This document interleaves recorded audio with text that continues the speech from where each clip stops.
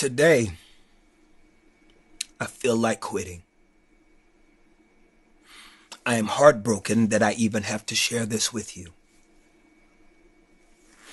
In 2016, I was blessed to win an award for Best Gospel Artist at the Dove Awards. Many of you may not know the Dove Awards in comparison are the Christian Grammys, like the Stellar Awards or the Gospel Grammys.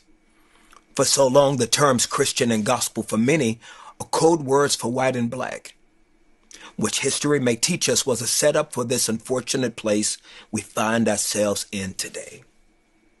During that award speech, I felt the responsibility as a Christian and a man of color to address the civil unrest at that time that was plaguing our country with the killings of Philando Castile and Walter Scott, just to name a few, by white police officers. And at the same time, the horrific killings of 5 Dallas police officers by an African American. I called upon the audience to join me in remembering that as Christians, when we say nothing, we're saying something. After a standing ovation, we prayed and stood in unity for all the families affected by those tragedies. We all felt that moment that there was a shift in the climate of our separate worlds. Unfortunately, when that speech aired on the Christian network TBN, that part of my speech was edited out. I made my disappointment and frustration known to the Dove Awards committee and to the Trinity Broadcasting Network. I never heard from TBN, and the Dove Award committee promised to rectify the mistake so that it wouldn't happen again. In 2019, history repeated itself. I was humbled to win the same award, and during my speech, I brought attention to the murder of a Tatiana Jefferson in her home by a white police officer.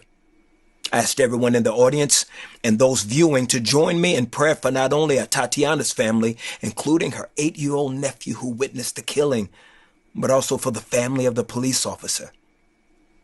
Last week, during the airing of the awards on the same network again, that part of my speech was edited out. So now, after a meeting with the Dove Awards committee and representatives of TBN, I've made the decision after prayer, consultation with my team, and my pastor, Dr. Tony Evans, to not attend any events affiliated with or for the Dove Awards, Gospel Music Association, or TBN until tangible plans are put in place to protect and champion diversity, especially where people of color have contributed their gifts, talents, and finances to help build the viability of these institutions.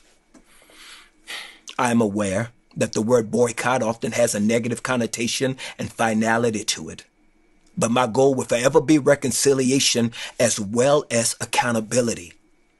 It is important for those in charge to be informed. Not only did they edit my speech, they edited the African American experience.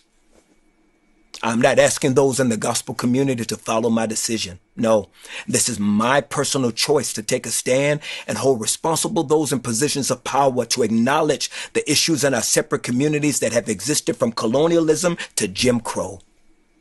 To many of the issues facing us today, I pray there will be a significant change from this hurtful experience. I look with anticipation for that day of healing, and I'm committed to contributing to that process. In the end, we will not remember the words of our enemies, but the silence of our friends.